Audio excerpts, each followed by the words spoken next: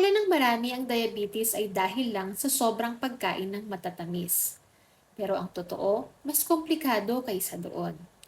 Kapag kumakain tayo ng carbohydrates tulad ng kanin, tinapay, pasta, noodles, root crops, at matatamis, nagiging glucose ang mga ito sa ating dugo. Pero para makapasok ang glucose sa ating mga cells, kailangan nito ng insulin.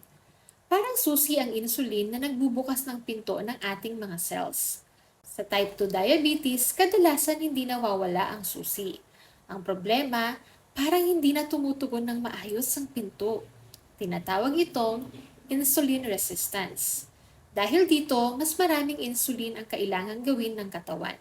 At habang tumatagal, nahihirapan na itong makasabay, kaya nagsisimulang tumaas ang blood sugar. Kaya ang diabetes ay hindi lang tungkol sa mataas na blood sugar. Madalas, senyales lang ito ng problemang matagal nang nabubuo sa loob ng katawan. Sa mga susunod pa nating episodes, pag-uusapan pa natin ang iba't ibang bagay tungkol sa diabetes.